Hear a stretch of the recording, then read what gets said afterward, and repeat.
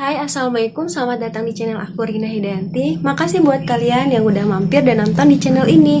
Hari ini aku mau ngebahas suatu kasus yang sebenarnya udah lama banget terjadi.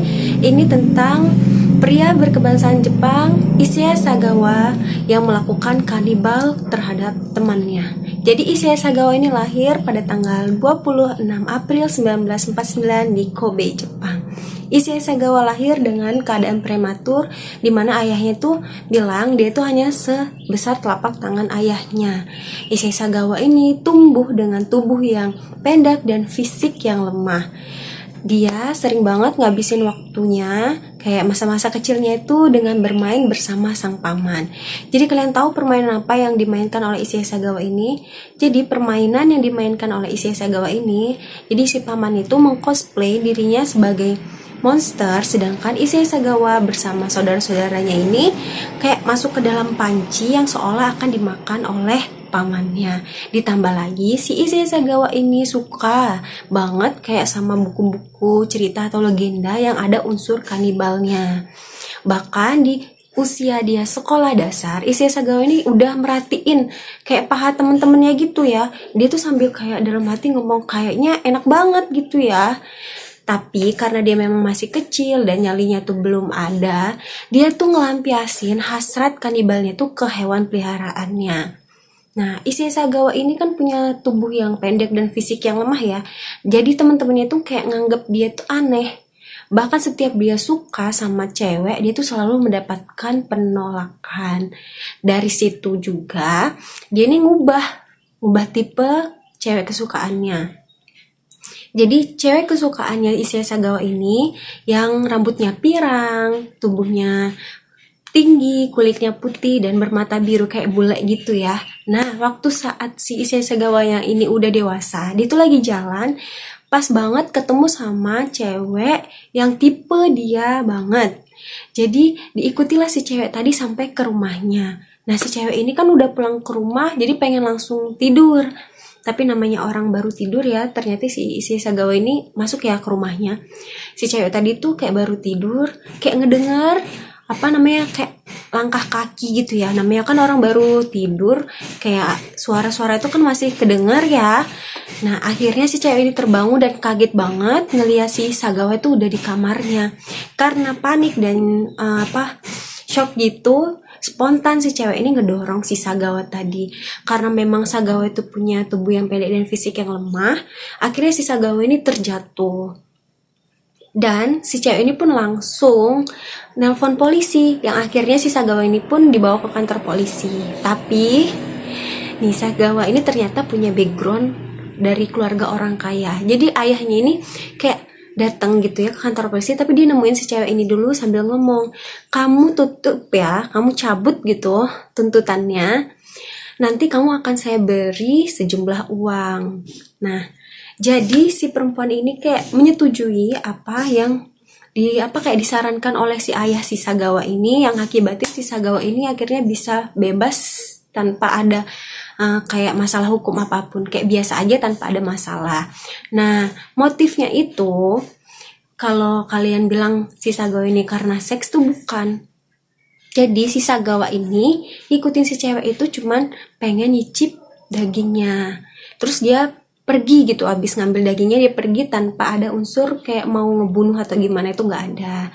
Nah, selesai kasus yang ini, tapi orang tuanya ini ngerasa si Sagawa ini aneh, kok dia bisa ngelakuin hal kayak gitu ya. Akhirnya orang tuanya ini memeriksakan kejiwaannya si Sagawa, dan kalian tahu hasilnya, ternyata si Sagawa ini memiliki karakter yang mengancam gitu ya. Dia berbahaya untuk semua, kayak manusia itu dia berbahaya, ada karakter mengancam. Tapi ini orang tuanya yang memeriksakan, tapi orang tuanya sendiri yang nggak percaya dengan hasil pemeriksaannya. Jadi si Sagawa ini kayak bebas saja beraktivitas dan dia nggak minum obat apapun. Jadi kayak nggak, anak saya itu sehat. Jadi orang tuanya itu nggak ngasih terapi apapun gitu, nggak ngasih pengobatan apapun ke Sagawa. Jadi bebas kayak biasa aja. Bahkan si Issei Sagawa ini sampai melanjutkan sekolahnya ke Paris, Prancis. Dan di sini nih kayak rasa kanibalnya tuh nambah tinggi karena kan pengawasan dia itu kan udah nggak terlalu lagi, karena orang tuanya yang biasanya mengawasi dia kan udah jauh ya. Jadi dia ini tiap malam suka banget manggil kayak wanita panggilan gitu ya, untuk pengen hasratnya itu ya untuk memakan dagingnya. Tapi setiap dia mau melakukan hal itu, dia tuh masih ada rasa takut gitu ya, jadi selalu gagal. Tapi dia ini kan kuliah gitu ya, dia punya teman kuliah. Si Sagawa ini kan anaknya pendiam, jadi dia tuh gak punya teman. Tapi ada satu cewek, dia ini baik, cantik banget, namanya Rene Hertevard. Kita panggil Rene aja ya. Nah si Rene ini yang ngajak kenalan si Sagawa. Terus Rene ini bilang, ayo kita main bareng, nongkrong bareng sama teman-teman gitu ya.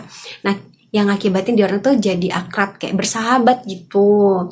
Tapi kebaikan Rene itu malah jadi unsur si Rene jadi kayak targetnya si Sagawa itu untuk melakukan kanibal. Karena si Sagawa ini kayak ada pemikiran kebaikan dan kecantikan si Rene itu akan mengalir ke tubuhnya apabila dia memakan dagingnya. Jadi si Sagawa ini udah ngerancang gitu ya rencana.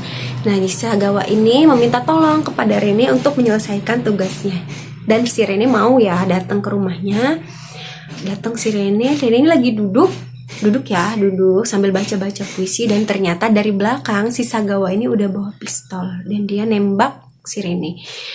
Tapi tembakan pertama itu meleset karena dia kayak agak shock sendiri gitu, karena dia nggak biasa ngelakuin hal kayak gitu, dia kayak belum kumpul kekuatannya. Tapi di tembakan yang kedua itu langsung kena leher belakang si Rene yang akibatin si Rene itu jadi tewas. Dan kalian tahu si Sagawa ini pingsan juga karena kelakuannya sendiri, dia kaget juga. Nah tapi dia tuh pingsan sebentar, waktu bangun dia tuh sampai bilang gini, apa saya bawa dia ke ambulan aja gitu ya, kayak mau diselamatin. Tapi kan si Rene udah meninggal juga. Tapi si Sagawa ini kayak bilang lagi, tapi kan ini impian saya selama ini, gak mungkin saya sia-siain, ini kan udah saya impikan gitu sejak lama. Dan akhirnya si jasad si Rene ini dibawa ke kamar dan dia ngelakuin hal keji lagi ke jasad si Rene ya. Jasad si Rene ini diperkosa. Setelah itu baru dipotong-potong. Dan kalian tahu bagian mana yang dipotong? Pertama oleh si Sagawa ini, dia memotong bagian bokong Rene. Terus dia ini bilang, saya ini motong bagian bokong Rene, terus sampai dalam yang saya temuin tuh cuma lemak seperti jagung. Saya potong lebih dalam, baru saya temukan daging merah. Dan si Sagawa ini ada kayak daging si Rene ini dimakan secara mentah gitu, nggak dimasak, jadi langsung dimakan sama dia. Setelah itu ada bagian tubuh-tubuh Rene itu yang dipisahkan, daging-dagingnya itu dikumpulin dan ditaruhnya di freezer. Sisa potongan tubuh Rene tadi rencananya si Sagawa itu mau dibuang ke danau, jadi ditaruh kan ke dalam koper, ada 2 koper. Terus si Sagawa ini mau ke danau kan, tapi waktu saat si Sagawa ini mau ngebuang kopernya tadi, pas banget itu ada polisi yang lagi patroli yang kayak ngelihat si Sagawa ini mau ngebuang koper. Ya kan polisi ini ngerasa curiga, ngapain kan harus buang-buang koper ke danau. Dan kagetnya lagi polisi ini waktu ngebuka koper itu isinya adalah potongan tubuh manusia. Memang keluarga Rene ini udah kayak ngelaporin kehilangan gitu ya. Dan waktu dilakukan pemeriksaan ke rumah, polisi ini kaget ngelihat daging-daging ya udah di freezer itu ya, itu daging si Rene. Dan tambah kaget lagi waktu ditanya motifnya apa, si Sagawa ini cuma bilang motifnya itu cuma pengen jajal dagingnya aja. Karena ngerasa si Sagawa ini aneh ya, cara ngomongnya kayak orang gak ada salah, gak ada penyesalan. Akhirnya dicek kan kejiwaannya, dan ternyata memang si Sagawa ini memiliki kelainan jiwa yang akibatin dia ini jadi tahanan rumah sakit jiwa. Tapi gak sampai di situ aja ya, bahkan ada penulis Jepang malah yang tertarik banget sama si kasusnya si Sagawa ini. Akhirnya dia terbang ke Perancis, collab gitu sama si Sagawa, akhirnya ngebuat buku yang judulnya In the Fog. Nah karena hal itu yang akibatin otoritas Jepang ini otoritas Perancis ini marah, yang Jadinya si Sagawa ini didepor lah ke Jepang, deportasi, dibalikin lagi ke negaranya. Di sana dia tuh cuma 1 tahun aja, kayak di rumah sakit jiwa. Dan di Jepang juga nggak bisa ngelanjutin kasus hukumnya karena dari Prancis itu udah menyegel semua berkas dokumen-dokumen kasus si Sagawa itu. Jadi Jepang ini nggak bisa kayak ngelanjutin kasusnya si Sagawa, yang akibatin si Sagawa ini bisa bebas tanpa apapun, tanpa ada hukum apapun ke Sagawa itu. Jadi bebas kayak orang biasa. Dan dia bahkan di sana terkenal, dia menjadi penulis manga di mana ceritanya itu tentang itu yang dia lakukan kepada Rene. Dan dia juga bahkan menjadi kayak aktor film gitulah, artis. Dia memerankan film dewasa di mana ceritanya sama kayak adegan yang dia lakukan kepada Rene. Bahkan dia tuh sampai akhir hidupnya tuh nggak ada penyesalan apa yang dia lakukan kepada Rene. Dia bahkan pengen ngelakuin hal kedua, tapi untungnya si Sagawa ini sampai akhir hidupnya dia nggak ngelakuin hal tersebut karena si Sagawa ini sudah meninggal pada tanggal 24 November 2022 dikarenakan radang paru-paru. Selesai akhirnya cerita tentang pria kanibal berasal dari Jepang ini. Semoga kalian suka dengan cerita aku hari ini. Terus dukung aku dengan cara subscribe dan klik tombol loncengnya.